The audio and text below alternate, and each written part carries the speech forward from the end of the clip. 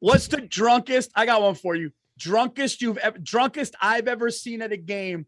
I was at Jets Patriots at the highest seat on the. It was the highest it could be, freezing. My wife's family got us tickets or whatever. We're bundled up. We're fucking freezing. It's a night game, maybe a Sunday night game. We're freezing. And a dude, and when you're that high up, there's a concrete ledge. I saw a dude, a Jets fan. He was face down and his body would just go. And as his body would do that, he was spewing. He was just spewing puke, and his body would jolt, and he was just.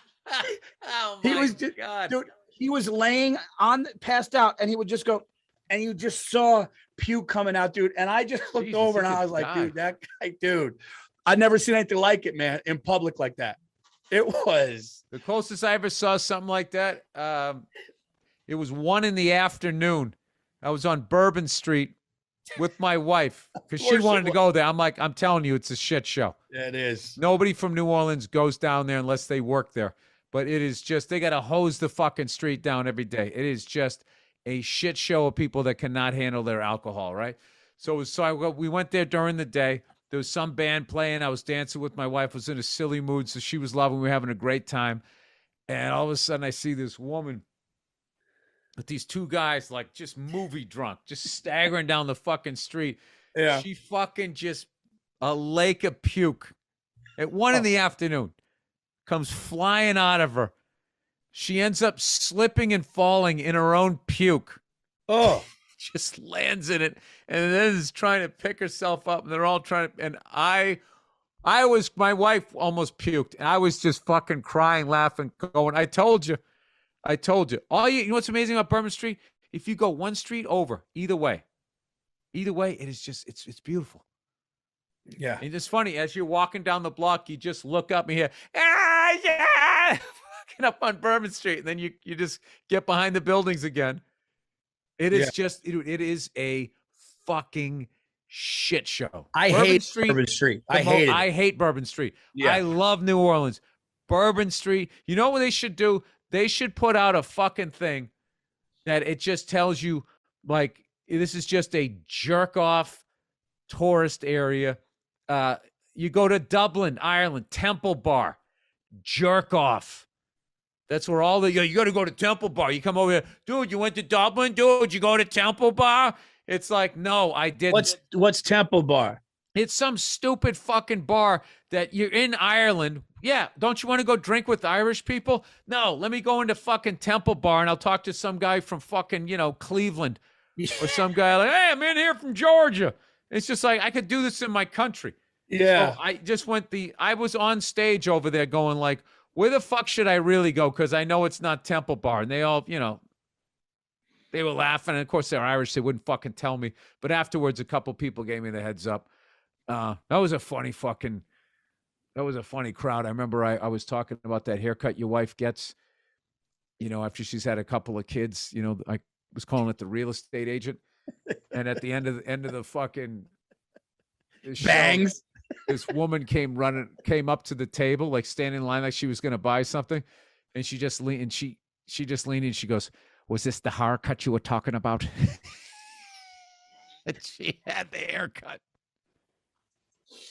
Is anything funny? She wasn't older. She had I don't know if she was gay or whatever, but she had the really short.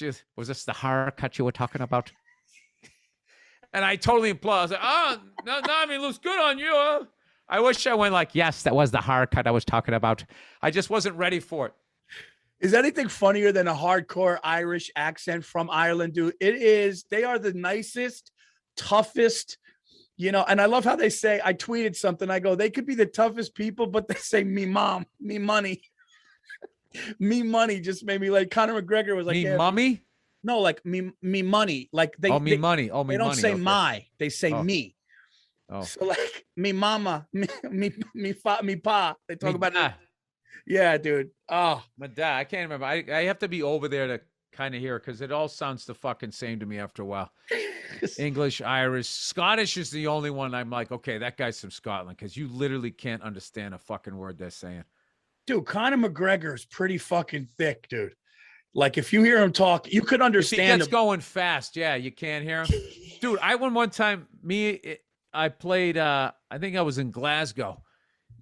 I had this great fucking show, and I was psyched, because it's a tough crowd, man. Those guys are funny as hell, and they're fucking lunatics, right? So I was really happy I had a good show, and then I went to the local comedy club, and there was this guy on stage, absolutely fucking destroying, and we could not understand a word he was saying, and we were crying laughing because we couldn't understand anything. So me and Neil were just looking at each other, and we just started laughing, and the more he was killing, the harder we were laughing, and we looked like we understood what he was saying. Like we were just, it was just one of those great laughs I had with my wife. And all I remember he said it one. The other thing was the tag was just toughen up, you weak cunt. That's all I remember. He's talking about some kid. You weak cunt. The killing is so funny. You don't understand anything, and then the crowd pops up. That's dude, that's that classic fucking trip. I always tell that story when that guy picked me up, and he goes Bulla Wullum. I was like, what? He was like Bulla Wullum. I said, I don't. He goes, you prefer Bulla Wullum? And I said, oh, Bill. And he goes, Bull. Let's go. He was saying Bill or William. Bulla Wullum. Where was he from? What country was that? That was Scotland. And it was, I was doing a little run up there. So this was it wasn't Glasgow or Edinburgh. It was a smaller place than that. So the accent was even thicker. And I just was sitting there like he was just walking, Bulla Wullum, as he walked. I don't know what the fuck. I was by myself.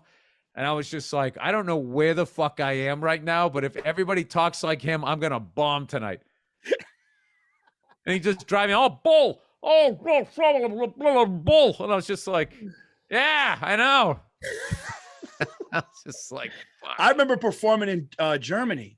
And we always had, oh my God, dude, I haven't worked with you on the road. I haven't opened for you this January is 4 years. How crazy is that? But anyway, when we were in Germany together, we always had the same. You demanded a trade, Paul. You wanted to go start somewhere else. You knew that I wasn't giving up the seat.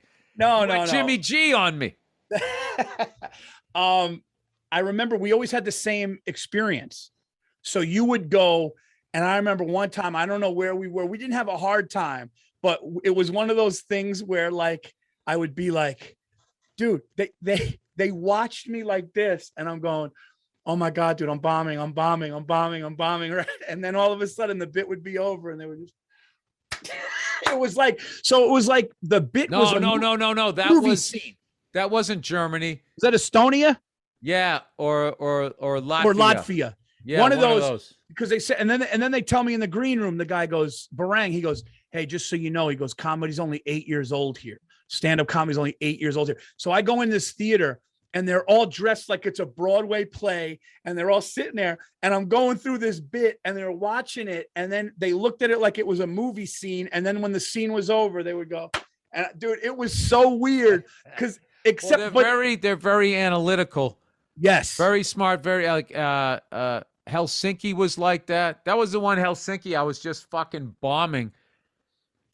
And I couldn't figure out why. I was just like, oh, I've gone too far east. Like I'm talking too fast. I started slowing down. I was only getting a little bit of laughs. And then this guy was in the back, and he just, after I finished the joke, he was just like, well, why didn't you just blah, blah, blah, blah, blah, blah. And I was just like, oh, is that what you guys are trying to do? Are you trying to, you don't need to figure out solutions. Yeah. These are just jokes. And then that's how I killed. I would just tell a joke. It wouldn't get a laugh. And why would you get another bicycle? I would just like do their logic about whatever I was talking about.